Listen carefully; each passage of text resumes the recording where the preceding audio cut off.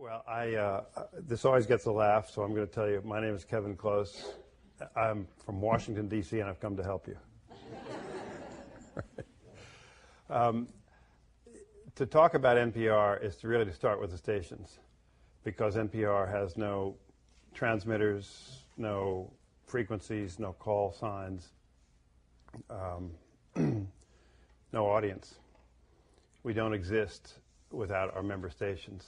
And the reality of public radio, even though people might say, oh, I heard on NPR this morning, what they're really talking about is access to contact and exploration and engagement with ideas that start at the community level. So the first thing I want to say is thank you all for what you do, both in radio and television and in Ready to Learn and in online and in all the multiple places that this great enterprise that is you all reaches out and is in contact with the community.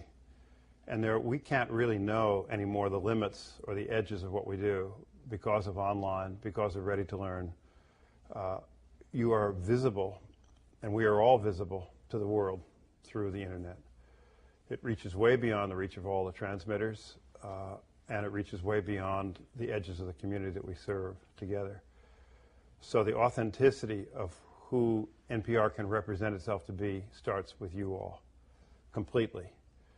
And we met last night with we had a lovely dinner that Milton and John organized with some of your major supporters. And I said to them that their support of the station helps us do what we do. Half our income at NPR is derived from member station payments to us for programming. We cannot be in Baghdad or Boston or Washington or Los Angeles or anywhere else in the world without the support of the stations. And we can't do any of it, and nobody would care what we did without the stations. So you're the first point of reality in the exploration of the American democracy in the 21st century. And I know that the challenges you have are extraordinarily complicated, and they're multi-dimensional and multimedia in a way that's not quite true for radio. But we also know that in front of us is merger happening, that audio can be on the internet, that video can be on the internet, that there can be interchanges between audio and video in a whole variety of ways of presenting ourselves and our values and our presence to people in whole new ways. And because of such extraordinary other parts of the exploration of how we bring content to people, things like Ready to Learn and television itself reach into a part of the community that we don't touch at NPR, which are children, kids in the learning sequence at a very early age. We don't have any children's programming at all. We respect and value immensely what public television does and what our member stations, the television member stations, do to reach out to audience, to parents, to families, and to have contact with them at a level that NPR doesn't do. Our work is something else. Our work is high quality, fact-based journalism by skeptical journalists who are ready to test any thesis against anyone else's thesis and try out of that to explore and explain issues, events, people, history, chronologies that we need to have in order to be informed citizens. The basis of what we do was to be of assistance to people in the act of citizenship, and that really wasn't defined in any particular way. It didn't mean being a U.S. citizen. It simply meant the act of participation in a self-governing community of human beings who, by geography or by inclination or by any other means, in a society such as ours where so many decisions are left up to the individual, a community of people who've come together to do certain things together. So we were created in 1970 to provide, initially to provide basically analysis of news, of events elsewhere in the world. When we went on the air with All Things Considered in 1971, it was Susan Stamberg as one of the co-hosts, and very quickly Bob Edwards as one of the co-hosts on All Things Considered. We had no staff of reporters. We had some editors. We had a couple of producers, but basically it was two people sitting across a microphone from each other, or two microphones, to discuss sort of what had happened yesterday for tomorrow's people. It was kind of yesterday's news for tomorrow. And we didn't have any particular organic reporting capacity. The one thing we had, which was extraordinary, is that people weren't paying much attention to FM radio. It was an emerging technology, 1971. I'm old enough to remember car radios that had only one band on them, AM.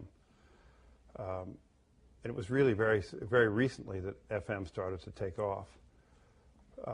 But that allowed us to experiment and to make commitments to do contextual presentation of events and news in a unique way. That commitment has carried us together to a different place than anybody had anticipated. NPR was begun as a kind of alternative to three networks. Now we're in an extraordinarily crowded environment, multimedia, with many cable channels, hundreds of cable channels, and cable channels that have subdivided against themselves. I think there are 17 Discovery channels. I think there are 11 or 12 or 13 MTV channels of various kinds, quite apart from what's going abroad by these channels. We know that CNN itself, one of the great innovations in electronic media in this country, CNN itself has iterated itself in many different identities. We are still what we were in the beginning. We are a community of people dedicated to the public service to bring fact-based journalism and disinterested but exploratory cultural presentations to listeners, and not for the purpose of transacting any sales with them. We're not a sales medium. We don't look upon the audience as somehow segmented. We've got to go for this niche with this kind of programming and this niche specifically. Our interest is to aggregate reach across the whole society so that we can do what the mission was set out to be in 1970, to be of assistance to people in the act of citizenship by bringing them high-quality, fact-based news, information, analysis, commentary, and cultural exploration. Today, together with our member stations and with other providers such as Public Radio International, Minnesota Public Radio, a lot of great independent producers, and other program providers, we are engaging 30 million Americans a week in public radio. That's 10% of the American population. The demographic of that population is phenomenal. It is about 47 years of age. It is slightly now more male than female. It ranges across every cultural and ethnic and economic and geographic subdivision in this country. Every segment of America is represented in this listenership. There is one common thread amongst them all, which applies exactly to you all, since the license here is held by the Board of Education. The one thing that unites all the listeners to public radio is their interest in education. Many, many of them, a majority of the listeners, have had college degrees of one kind or another. A minority have master's degrees and PhDs. These are people interested in ideas. They're used to the disciplines of thinking independently, of challenging the thinking of others, of doing what education is meant to do, which is to expose us to all kinds of ideas and equip us to make up our own minds about what we need to do.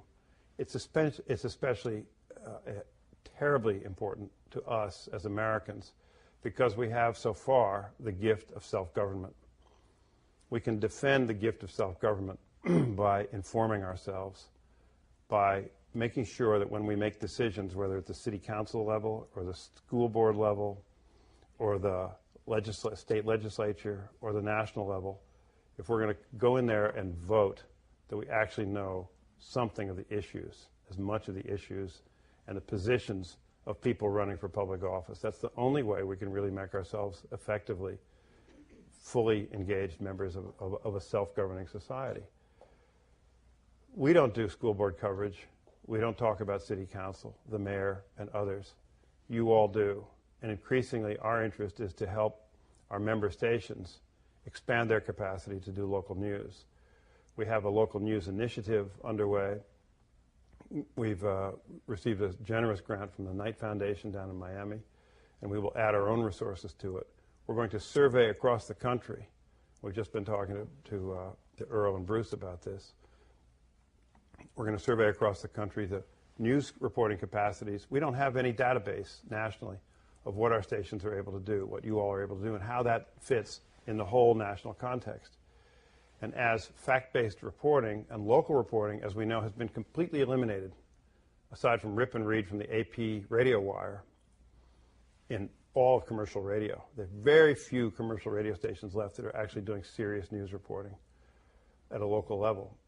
There are some, of course, but basically it has disappeared as the consolidation and the elimination of local ownership has proceeded apace. Increasingly, the burden to do high-quality, reliable journalism at the local level has fallen on public radio stations. I travel to our member stations all the time. I was in California on Friday and Saturday. I've been all across the Midwest in this spring season. And I know that in station after station, just as you all have here, the station has become a center point, a focal point for excellence in local journalism and local reporting, in the same way that you are focal points for excellence in exploring cultural realities in your own communities and serving those cultural interests in the communities. So we want to build a local news capacity together with our member stations to help everybody do it better. I believe, as we all believe, that a rising tide can raise all boats. And we want that here for WABE, and we see it for our member stations across the whole country. And I'll tell you, if we don't do it, it ain't going to get done. Nobody's going to do it, because the commercial nets have gone to a different place entirely. I sat with Milton. We just sat with Milton a little bit earlier today, just before we came down here, Joyce and I, and he was recounting what he'd seen on the Today Show. Well, the Today Show, well, I think one of the lead items was who's winning in Runaway Bride, or who's losing, I guess, or who's running away. And American Idol has its final run-through tonight, and the series Lost. I didn't know whether, I guess that's on a different network, so they don't talk about that. I mean, these things that pass as news are trivia. We know that. We can't get through our life in a democracy worrying about who the next runaway bride is, or who the leader of the, who wins the national, American Idol. Forget about it. It won't get us there. We've got to engage ourselves at a different level, and we can do it in a different way. Yesterday, I heard an amazing piece on NPR by NPR's Emily Harris. It was yesterday or the day before, by Emily Harris on Morning Edition, in which she interviewed the singer. Now, this is American Idol in a different way. Somebody here may know the singer who won one round of American Idol, Fantasia. That's right. I thought that was her name. I didn't actually believe it, but.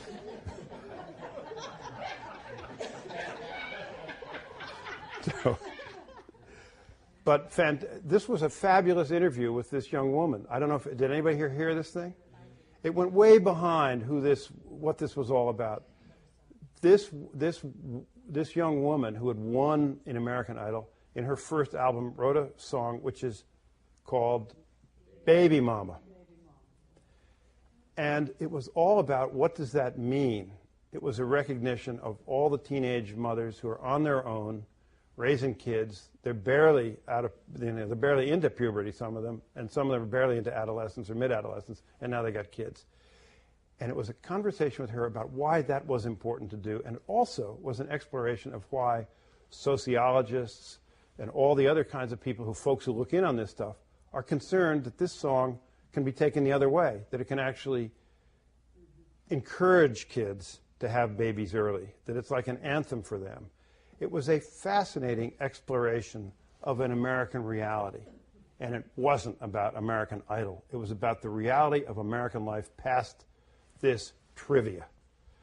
That is where public radio does its best work, and that is where we will always go at National Public Radio. We're going to go there further and deeper as we move forward. What was interesting to me, and this is also a part of who we are, we have a partnership with something called Youth Radio. And if you listened to the sequence the other day, this piece, this wonderfully produced piece by Emily Harris, who used to do cultural reporting only. She did basically music for us, and she got interested in what's behind the music, either pop, popular music, or classical music. She wanted to know more. And that's why she's now doing these kinds of interesting, very, very textured the texture of her reporting now out of the cultural experience is really quite fascinating. But we followed it up with a teen diary put together by Youth Radio of a teenage mother just following her around. And it started with her lifting her baby up to go out the door to get to some place. And it's a kind of a monologue about what it means to actually have a kid when you're 17. What's the impact on your life? And what's the impact on your relationship with your grandmother, who winds up as the babysitter for the baby? And the differences and the complexities of that relationship across 2 generations. And it was told entirely in the context, no editing from us, put together by Youth Radio, which basically gives kids microphones and shows them how to use them, and then says, okay, go find reality for us, whether it's from your own life or somebody else's. Those segments are on our major news magazines, Morning Edition and All Things Considered. And because of that reality, the audience to these news mags is going right straight up. When I came to NPR 6 years ago, the national audience to our programming was 13 million listeners in America per week. It is now 23 million. It went up in the aftermath of 9/11. It was going up 1 million a year, 13, 14, 15, 16 on the 10th of September, 01. On the 12th of September, 01, it was 20. And it's gone up 1 million a year ever since. So it's now 23. That is a phenomenon. What is that about? In the crowded, complex, shallow, narrow, coarse sequence of the private media, the for-profit media, people are desperate for authenticity, for real reality, not scripted reality.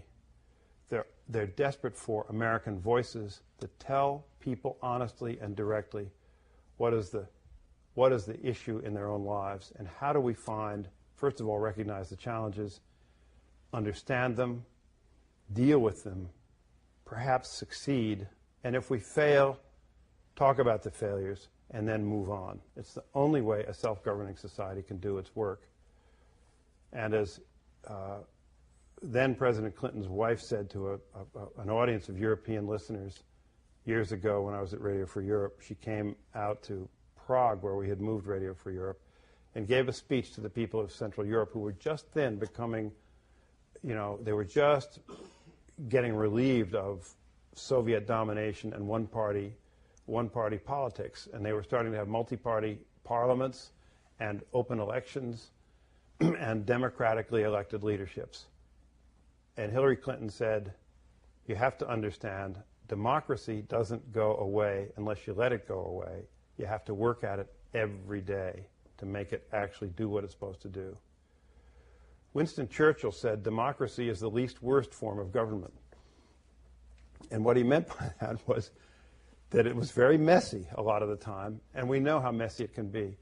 Public radio, as we tell the authentic stories together of who we are as Americans, with all our diversities and all our challenges, if we do that together, we can explore the place we need to get to. I don't need to tell that to you all here in Atlanta. Looking at this group together, we know of our own diversity, and we know of the challenges in those matters. On Saturday, I was at KAZU, which is our member station in Monterey, California, on the peninsula south of San Francisco. The license is held by California State University at Monterey Bay. It's a 10-year-old university. It's a people's university. It costs about $3,000 a year to matriculate there as a student. It's got 7,000 students. I went to their graduation and gave a commencement speech.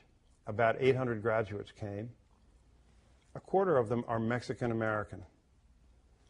Not any other kind of Hispanic American, just Mexican American. Then there's another 12 or 15% who are from other countries of Latin America. About a third were Asian. About 20% were African American. And you can determine for yourself what the proportion of whites were. That university, most of the graduates, most of their families had never had a college graduate. Some of these kids had been going to this school since it opened 9 years or 10 years earlier. They'd been going and working and going and working. What was that about? It's about the America we are becoming. And I said to them, if we do our job at public radio the way it needs to be done, we will be there for you as we continue to become more diverse. We cannot stay where we were. So it isn't only about technological innovation, it's about commitment to diversity in a new way.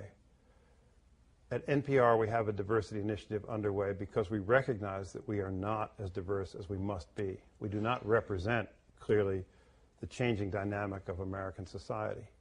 And we do not recognize fully the historic divides in this country, which are so much a part of life today. We will get there at NPR because we're committed to it, because that's, in effect, what the stations have asked us to be. If we're to be a national presenter of authentic programming at the national and international level, if we're to actually do reporting from Baghdad with any comprehension of what that is, we've got to understand, and the only way we can understand those people is to have the diversity necessary at the editing level, at the producing level, at the reporting level, and at the director level, making up the programs that come together so the segments are not told solely from one distinctive point of view, but are authentic across the authentic realities of this country. And that isn't segmenting who we are. That's recognizing the great, powerful, transformative diversity of this country and embracing it and explaining it, exploring it, engaging with it. And in that process, believing that our listeners can do the same things. What I think about radio is this, and I spent 25 years in print journalism. Because you can't see it, radio is different for people. Unlike television and unlike print, because you can't see the thing, it really only is it's a mass medium of the imagination. It only plays up here. There is no specific image to look at. The image comes out of the imagination. There are no specific words to be read and reread. It's only the voice coming at you. And so I think radio becomes enormously intimate for people, very companionable. And because radio is so easy to get to, we can be driving on the 75 trying to get from where? Downtown to here. Exactly. Or you can be driving on Peachtree Street, stuck, which we were last night. And the radio isn't going to get in the way. You can be driving at 75 miles an hour or crawling along at 7 miles an hour. It's still going to be there for you, and that makes it incredibly companionable and available to us. We can be jogging or walking the dog or doing the dishes, any of the things that we do in our normal lives, and radio can be there for us in a remarkable way. It doesn't stop us in the daily rounds that we have, and therefore it's very, very close into us. And therefore it becomes, if it's done right, if it respects the listener, radio can present ideas and can become part of habits of mind. What are the habits of mind? The habits of mind are an engagement with ideas that are unusual, that are out of the ordinary, that I wouldn't normally think about. And the radio becomes a kind of convener for consideration of these things in new ways. And so I think radio can have enormous power in this country when we're so distracted, when we have so many other things to do. And radio does something else. Public radio, as you all practice it, and as we practice it at NPR, is extremely respectful of our listeners. It gives them time to think and reflect on what they've heard, or what they're about to hear, by the use of music and the use of silence. It respects the human realities. And this really came home to me some years ago. I was driving down Interstate 87. It's the New York Thruway. On a March weekend, on a Saturday morning in March. It was not sleeting, it was kind of heavy rain and fog. And I was late to where I was going. So I was doing about 65, I shouldn't have been. Double tandem truck guy, I don't know, a 90-wheeler is going past me on the left. And that they're doing about 75 miles an hour, stuff all over the place. And I realized in the midst of all this, I actually was, of course I was driving and trying to not get killed, but my mind was actually in a conversation that Scott Simon, the extraordinary host of Saturday Morning Edition, was having with a young Cambodian woman who had written a memoir of the Cambodian genocide that swept Cambodia in the aftermath of the Vietnam War, in which a third of the country's population was put to death, including this woman's father. And she was recalling that scene, and Scott had asked her a question. And there was this silence as she gathered herself to answer in the middle of this interview.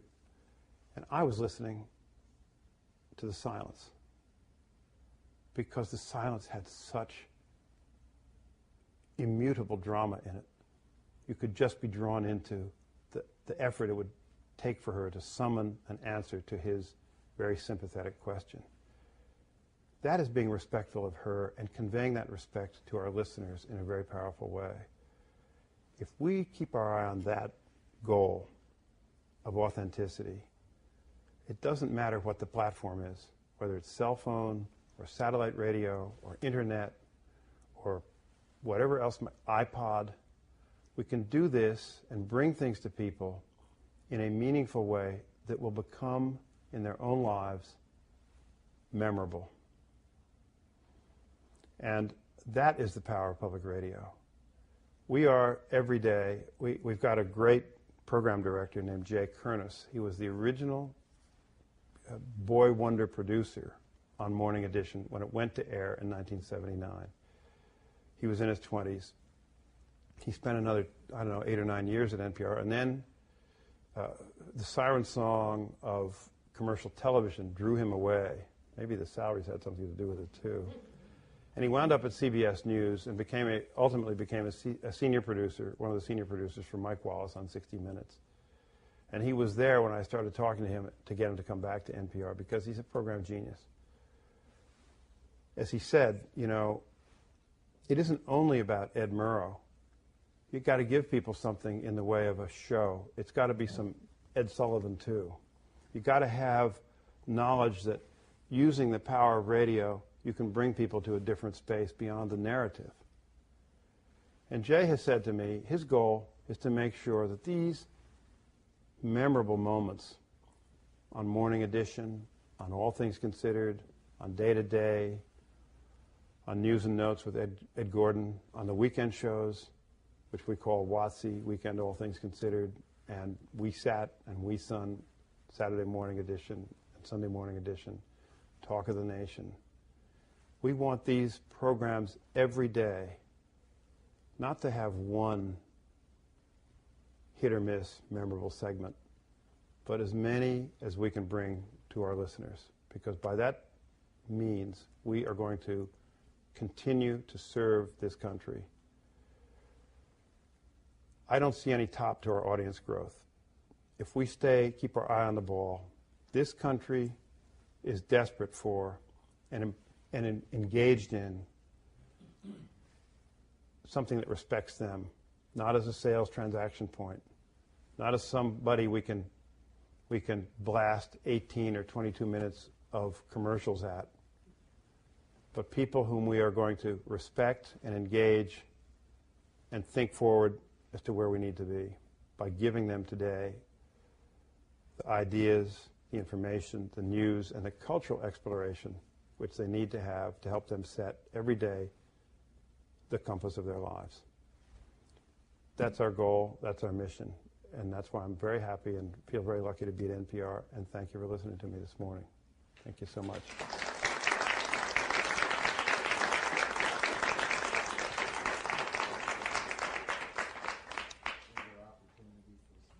Happy to take questions. Yes?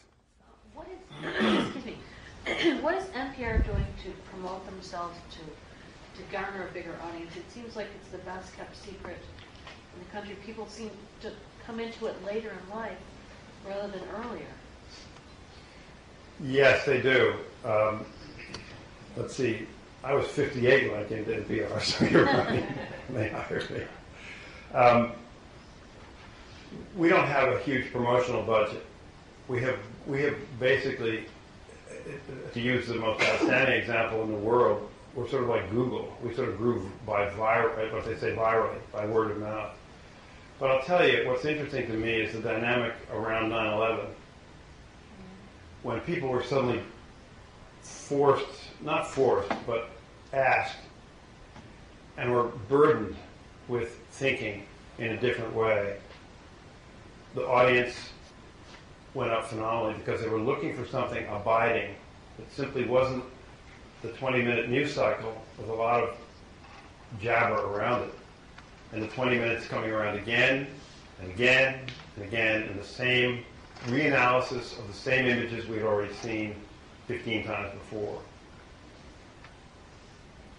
We are looking we are at the forefront of what's known as digital audio. For the TV side, you've already been through this agony, moving from analog transmission to digital transmission, and television has gained extra channels because you can package the stuff in the digital pipe in a different way.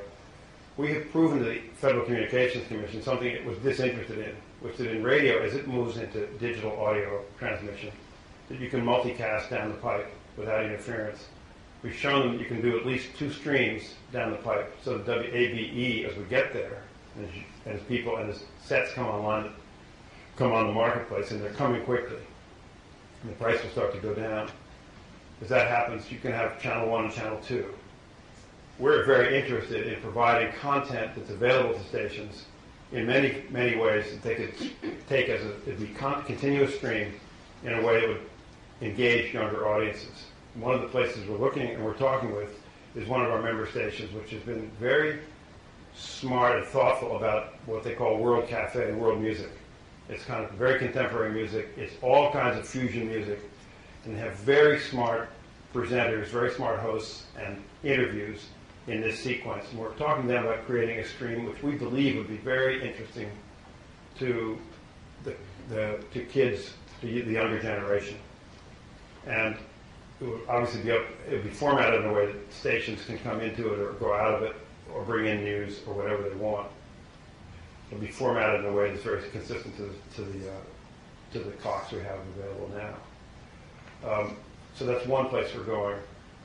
The other thing we have to do, which is very complicated, is how do you do, if you're going to put, and we think this is obviously happening, everybody knows this, on handhelds, as John said, on cell phones, on PDAs, which can now take photographs and can do a lot of other things. How do you get NPR content or public radio content on there? Do you do public radio light, so you get it on that little screen? Or public radio brief, so they can hear it for 20 seconds and get it, and do what the nets do, which is sort of Jabberwocky. Today's headlines in 31 and a half seconds would take you, the great station in New York is called 1010 Wins. It's a commercial station, 1010 AM, WINS. Give us 20 minutes, we'll give you the world. But that is the cycle that's out there. And how do you get into a confined space, into the 1-inch relationship? How do we actually get in there and have content? Can we do Dan Shore light? Well, you can try, I know we will. Am I going to put Nina Totenberg? Oh my goodness, I wouldn't want to do that.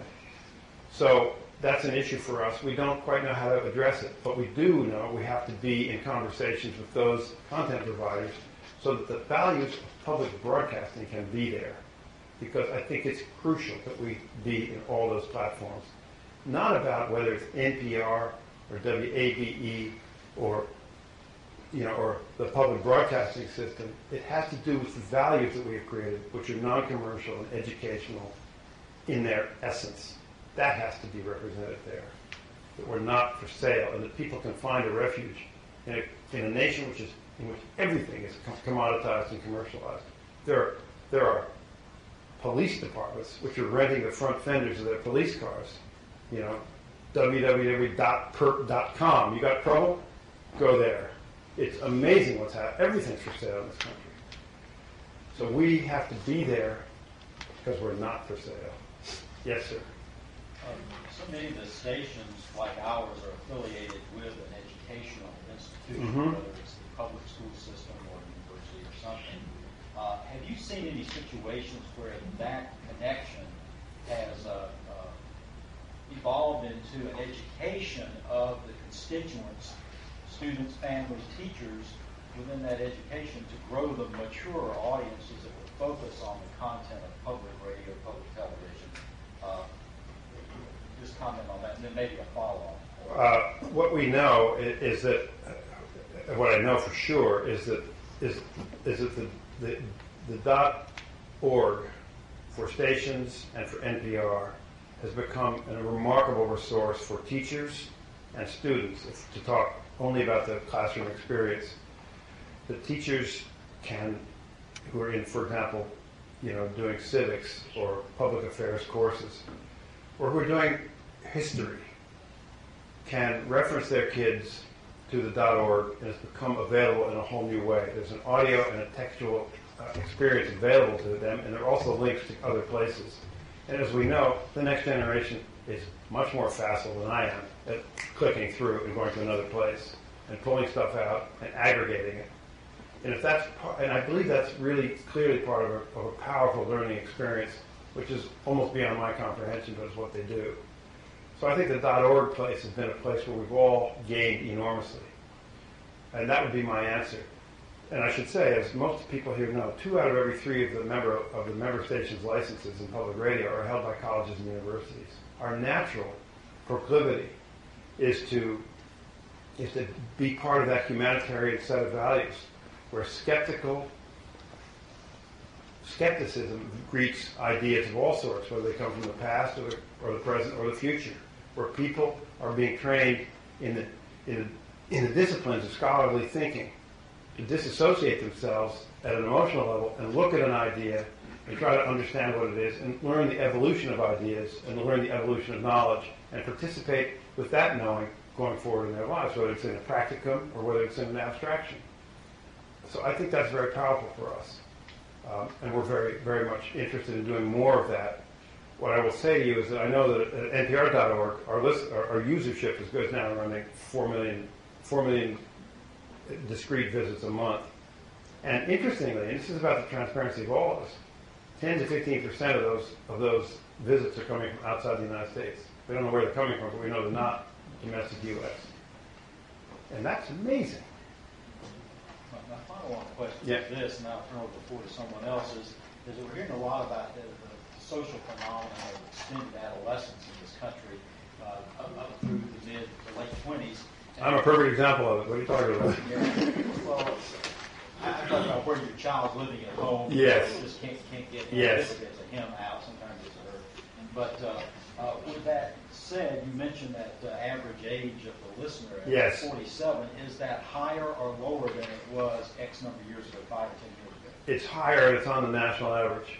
But I also believe that we don't understand our own demographic very well, because I think in the post 9/11 sequence, so far as I can tell, there are a huge number more younger folks listening than were before.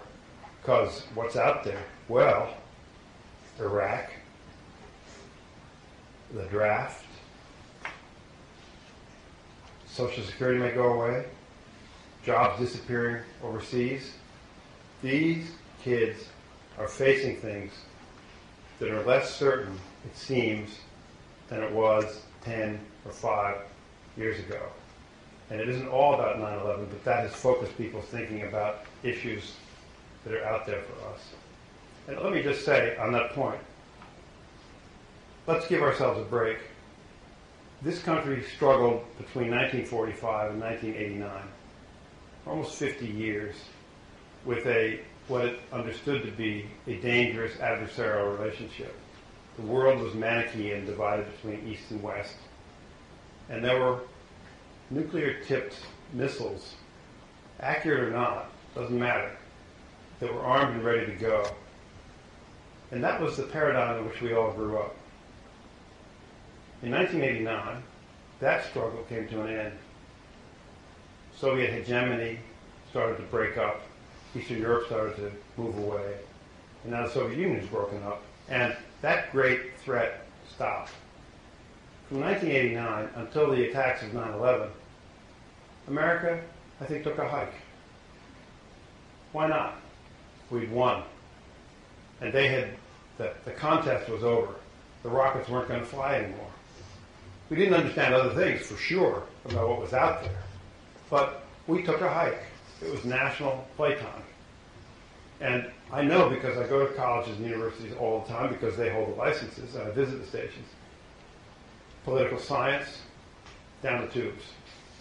Comparative religion, down the tubes. Foreign language study, down the tubes. Didn't mean kids weren't going to, Italy, or if they could get out, if they could find a fellowship, but they weren't so much interested. It was business, it was advertising, it was communications, it was a lot of hot stuff. Make money and move on. It wasn't much deeper than that. Now what's happened? Guess what's back in vogue? What's rising? Deans of colleges, provosts, chancellors, presidents, they're teaching Arabic on campuses now. In the most amazing places. In the University of Wisconsin's Milwaukee campus, which is a working class, blue collar campus, just like where I was in Monterey. They're teaching Arabic. They got 6 Arabic teachers there. What is that about? It's because we got a wake-up call, and now we have to turn our attention. But who's doing the studying? I'm not. A 21-year-old is. They're thinking in a new way. So that's what has happened. And I think that I don't think we survey very well in that cadre. I don't think we know very well who actually listens in that group below about the age of 35 or 30. And I think it's a much larger listenership than we think. They may not have an hour a day, but they listen and they're aware. Yes? How does NPR regard satellite radio? How do they NPR view satellite radio? We are on 2 channels on Sirius satellite radio. The total combined subscription to those 2 services, XM and Sirius, is about 5.5 million buyers, and we don't know what the renewal rates are. Each one is about 100 to 120 channels, so when you subdivide all that, you've got roughly 200 to 240 subdivisions of 5.5 million potential listeners, and it gets down to a very, very small number. Ultimately, it probably will grow. It will continue to grow. And what I think is going to happen, and we were talking about this earlier today, I think what's going to happen is something which happened in on satellite television, which is the ability to place local content by a variety of coded means into a individual subscriber's receiver will start to grow in the same way it has in satellite television. So local news, weather, traffic, perhaps by zip code, perhaps by area code, or perhaps by some other combination, or perhaps simply by identity of the receiver, because these things are reading the receivers. That's how they know that you're subscribed and that your subscription's run out and you've got to get it renewed. They're reading it, and I think this content is going to get available. But that's some years hence. We have our 2 channels. What we've done in both of them is to aggregate news, talk, and some entertainment programming such as Prairie Home Companion, which we have access to, and Car Talk and others on these 2 channels. And I've been talking to people about it, and they find it very interesting. They don't consider it local, and they don't consider it really actually authentic NPR. They consider it sort of a general public radio thing because Morning Edition, all things considered, are not there, and the newscasts are not up there. And basically, these are programs which are archived from other times. But they're finding very interesting, for example, interview shows, local talk shows, which they have no access to otherwise, unless they were going to listen on the internet. So it's part of the suite of things we have to do, and we're in a continuous conversation with our member stations about how we can go there together. But I think the actual iteration for the identity of stations is still a little bit further out. Yes, ma'am. I have 2 maybe unrelated questions. The first one is, I love the NPR profile that comes out with listener interests, how they spend their leisure time. Are you seeing any changes as you look at those profiles, that information, the demographic information over time, aside from the age information that we already talked about? And then my second question is, we're about a year away now from the host change Yes. edition. And what are you hearing? What are you seeing? What are the numbers looking like? What are you hearing from listeners now? Let me answer in reverse order. Morning edition audience gains continued unabated. It went up another 5.5 or 6% across the nation from in the year since we changed hosts. And you know, you might say the alternative there is to say, well, it might have gone up 7% or 8% if you stayed with the host. I don't think that was in the cards, but its continuous trend of gain has not been stopped or interfered with. So that's that. In terms of our demographic, as I said, it's more male than female. When I came to NPR, it was about 53% female, 48% male. It's now about 55% male, 45% female. And I think that's partly a shift of the consequences of 9/11, perhaps, of the consequences of the fact that we now have 16 foreign bureaus. We've got 4 times as many foreign bureaus. These are full-time NPR correspondents, full-time staff members around the world in new ways. We're full-time in Iraq with 3 people there in a very dangerous, incredibly dangerous place. We're taking a lot of precautions to keep our people protected, including flying in we airshipped in a used armored sedan, which we had inspected by an international security firm, inspected to make sure it could withstand an AK-47 bullet, which comes out of these Kalashnikovs, the Russian-supplied semi-automatic rifle, which is the rifle of the world. So we could get our correspondents and producers in and out of along the highway of death from Baghdad Airport, 5 miles into the center of Baghdad, where the bureau is set up. And we did that after 2 years of simply using regular cars, just local Iraqi cars with Iraqi drivers and Iraqi translators. We still have Iraqi drivers, but we trained them how to drive this thing, the Mercedes sedan. There are many Mercedes and other kinds of foreign sedans running around in traffic in Baghdad, not millions, but a substantial portion. We never traveled in convoys, never with armed guards, never Humvees never SUVs with armed, protectors or anything like that. No caravans at all. And we're lucky we did it because this car, about 2 months after we shipped it in there, got shot up on the highway. It took bullets into the tires, into the trunk of the car, and hit the rear window right there. We had 4 people in the car. The window spidered, but the bullet didn't penetrate. We're still using the car. We will continue using it. That's the kind of place we're in. That presence has been tremendously dynamic, I think, and has brought people to public radio in a different way because they can depend upon us to be there in unique ways. 2 days ago, I don't know whether you heard this piece, 2 days ago we had Eric Westervelt in a 23-ton armored vehicle driving along a street in Baghdad with the American crew. It's an anti-bomb and anti-mine vehicle, which the military has now shipped in there. And we're in there with these guys, listening to them as they drive down the street searching for the thing that's going to try to blow them up or their compatriots. It was an amazing piece. Very calm and very tense at the same time.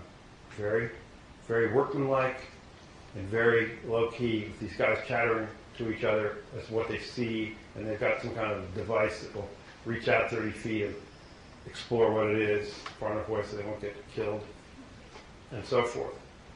That kind of reporting, we do the same kind of reporting from the great fight in Washington over the so-called nuclear option. The same kind of detailed reporting gives us a credibility and a presence that we didn't have some years ago. So I think it's changed. It continues to build the audience. There was a question down here. Yes, ma'am. That was fascinating. I hate to change the subject almost, but You go ahead. I was wondering what you could tell us about the distribution of the monies that came from the McDonald's request.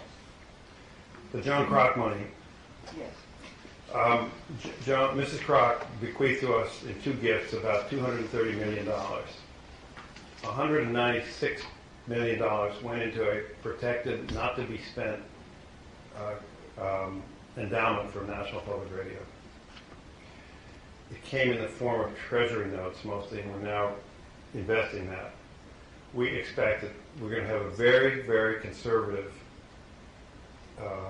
expectation of what that income flow will be. The other $30 million went to NPR Inc., which is the corporation for its cash reserves. And we used it, we're using it when we have to for such things as finding an armored vehicle and air shipping it, which ain't cheap, into Baghdad. But by and large, that's just for contingencies. And we won't go in there unless we have to. The Kroc money, the Kroc endowment money, is now flowing about, I think we expect $3 or $4 million into our budget. Our annual budget now is at about $120 million a year. So it's less than 5%. So we're going to use it. We've announced a national fellowship program in her name. We've got 3 very high quality young interns who have come to NPR, and we expect to seed them back into public radio when it's done. We've done such things as our security issues in Baghdad, and we're using it to do some R&D on the digital side relative to content. But we've also given, in effect, a fee reduction. It's a reduction of the increase is what it is, because the fees to stations rise when the audience rises, and we've reduced that, and we've basically given back to the stations. We'll do so going forward about $2.5 million a year total across the whole system for a number of years. I don't quite know where it's going to play out, but it'll be like that. And that's what it has done for us, just at a psychological level. You know, we've got 800 employees at National Public Radio. We have the same things that you all have, but we're not part of a bigger system. You know, you're part of the whole school system. We're not. We're standalone. We have retirement issues. We have benefits issues. The question was, how do you go forward every year and make sure the money you need and the resources you need to make sure that's stable? We were just gliding from year to year, grant to grant, underwriting to underwriting, station fees to station fees. Now we have something, I consider it like a keel on the vessel. And I'm going to determine to make that keel deep and strong so that we can steer a straight course. And it's given everybody a kind of new sense of confidence that we're actually going to be there. And this is an outfit that went through, for those of you who know, went through 2 major financial crises in the past, 2 basically virtual bankruptcies. And without the help of the stations and special supplementary payments, the thing wouldn't even exist today. It would have disappeared. So I don't want to go there again, and I'm not going to have that happen as long as I'm there. Yes? How has the Newsweek fiasco impacted NPR and their reporting? I'd like to hear The which fiasco? Newsweek. The Newsweek fiasco. Well, the Newsweek fiasco, just to recap, Newsweek put a small item in their international edition, I think, a single-sourced item, which said that this source, which was a government source, said that guards at one of the prisons, I guess Guantanamo, had thrown the Koran, flushed it down the toilet in a kind of act of desecration. This essentially one sentence in this one paragraph report basically went out and got picked up in the Arab media, and boom, and we led to riots in Afghanistan and strife and a lot of unrest, and contributed to a further diminution, further reduction of acceptance of values of the United States in many parts of the world. And the issue for us is what was the sourcing and the sensitivity of the editors, because it's clear that the editors did not understand if you put this piece in that it might have some other consequences, no matter what the sourcing was. When the rioting erupted, they went back to the reporter, he went back to the source, and the source backed off. And the reporter got hung out to dry, and the source had been good for previous secure information which had been proven to be true. So that's the issue. And what's interesting in this, there's a subtext in this. The U.S. military command, at the very highest levels of their information operation, knew for 11 days before the piece, that little paragraph went into Newsweek, they knew that Newsweek was going to report it because Newsweek had gone to them, the reporter had gone to them and said, I've got this piece of information and we're going to put it in the magazine. And we're working on it, and that's the piece, and we want you to confirm it or not. For 11 days in the pre-publication sequence, they got no answer back. Nothing. Didn't warn them off it, didn't confirm it. So there's another piece of this that's quite interesting.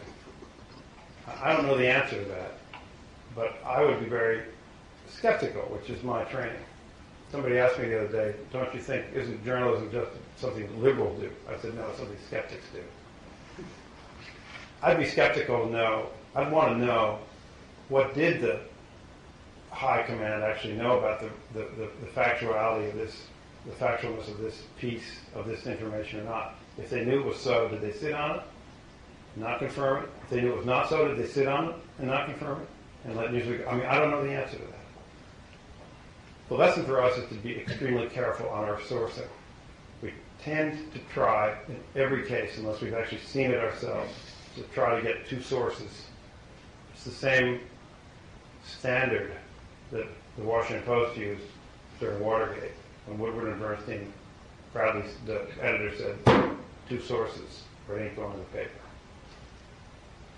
Sometimes we don't get two sources, or sometimes you get two sources and they could both back off after the fact. You just don't know. What it has brought home to us is the need for immense sensitivity, because to come back to the original point, clearly Newsweek and the military and the U.S. government didn't understand that there would be, could be an incredible dynamic on something so small as that. That could happen, that misjudgment could happen to any of us.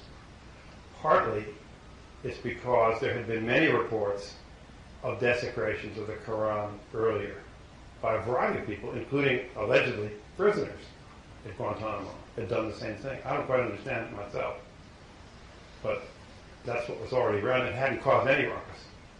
This one did. The question for anybody is, how do you catch up? If you make a mistake, how does the correction catch up with the error? You do the best you can, and that's what you do. And ultimately, journalism is only a first rough draft of history. Yeah, that's what it is. Yes, ma'am. I just want to ask a question. What's the percentage of African American listeners? It is about about 9%. Yeah. And do you know the age group? Same. It's probably the same demographic. Yeah. One of the reasons just to talk about briefly that, to give you a little history, I felt when I came to NPR, it was very important that we understand some of the issues. About 25 of our member stations, the licenses are held by historically black colleges and universities. Clark Atlanta here, for example. Jackson State, Morgan State in Baltimore, and so forth. We didn't have a clear fix on what these stations are actually doing, what they're putting on the air, and I didn't know whether they knew what we were actually putting on the air. And so we did a whole variety of we had an agenda. I flew all the station managers in to NPR, and we spent about 3 days together just doing an agenda conversation to understand what it was that they were doing. They could understand what it was we were doing. What could we do together? And out of it came a format for a 1-hour morning drive news interview and commentary show, to which the stations were going to sequentially bring in segments. This is interesting to me. And it says where we are in America. We got the format going, and then something happened. A guy named Tavis Smiley had a parting of ways with Black Entertainment Television. And I said to Jay Kernis, this great program director, he said, I've already made the call. I'd never seen Tavis Smiley, I just knew the name. I don't know why I knew the name. I just knew he was out there. And about 40 or 50 offers. This is now Tavis's story. He got about 50 offers from across broadcast and cable. He called up Cosby. Bill Cosby's been a mentor of his and a friend for many years. And he said, this is Tavis's story. He said to Bill Cosby, I got all these offers, and there's one here, this is National Public Radio. And Cosby said, I'm going to send my plane down for you. Went down to Los Angeles, picked him up, and spent the weekend with him. This is all Tavis's story. And he said, basically the outcome was that Cosby said to him, you could probably do very well with any of these other commercial nets. Of course you could. But if you want credibility, you go with NPR. So now we had a format and a host. And the show went forward. And he did a 1-year contract with us, and then he did a 2-year contract, which he'd never done before in his entire history. He told me that. Never done more than a 1-year contract. He did a 2-year. Two things. One, we know what happened is that we were in the middle of contract negotiations for a new contract, and he walked. He's now going to go to PRI, which is fine. He had a different vision for himself than staying with us, and he made some critical remarks on the way out, which is not the way I don't think you ought to do negotiations, but that's okay, I don't mind. What's interesting to me, and this is the part that is I think, deeply important to all of us,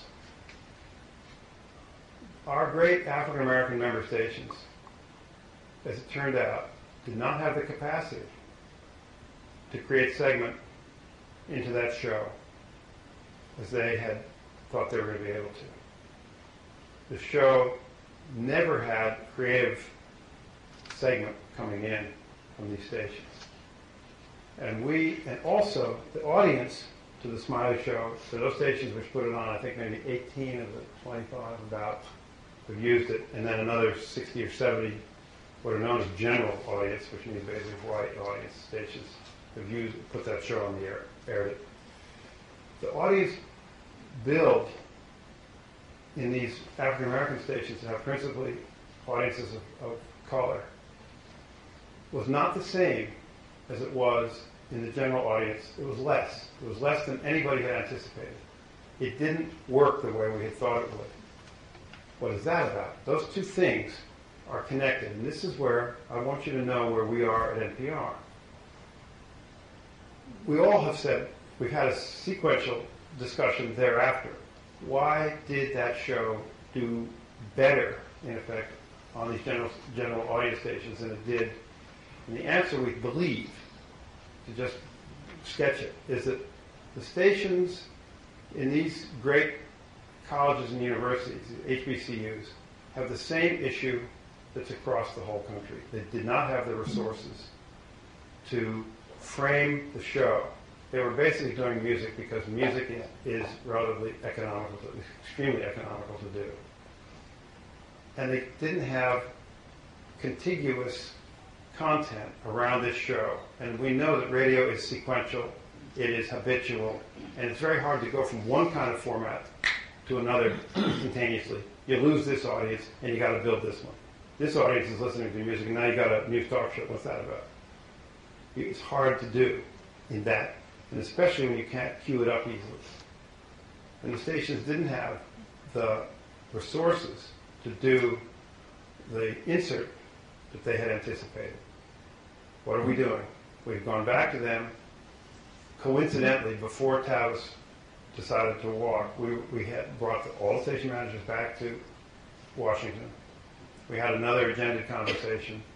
What else can we do? And if you follow public radio, you will know that we and our African American Station Consortium have committed to building a 2-hour block in addition to the successor show, News and Notes, with Ed Gordon, to bring with the stations to increase their capacity, their resources, and our common goal of sequential, high-quality, contextual news and information program. I don't know what it's going to be, but we're going to work it through. It's going to take a while because radio, to do it right, takes a while. But we're going there. It's kind of like an adjunct to our local news initiative, but it's a very special and focused interchange. So we learned a great deal from this, and the stations did.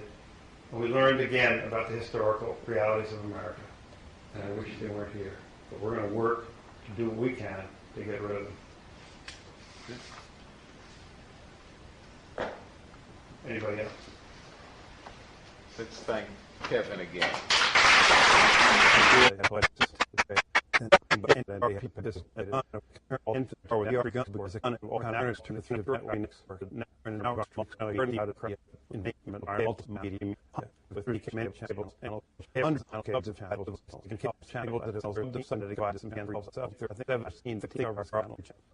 I thought there are 11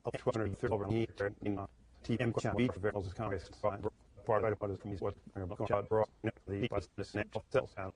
Know that when he had states and fell in the state and they know in a transact meter in this case and itself and itself it may different.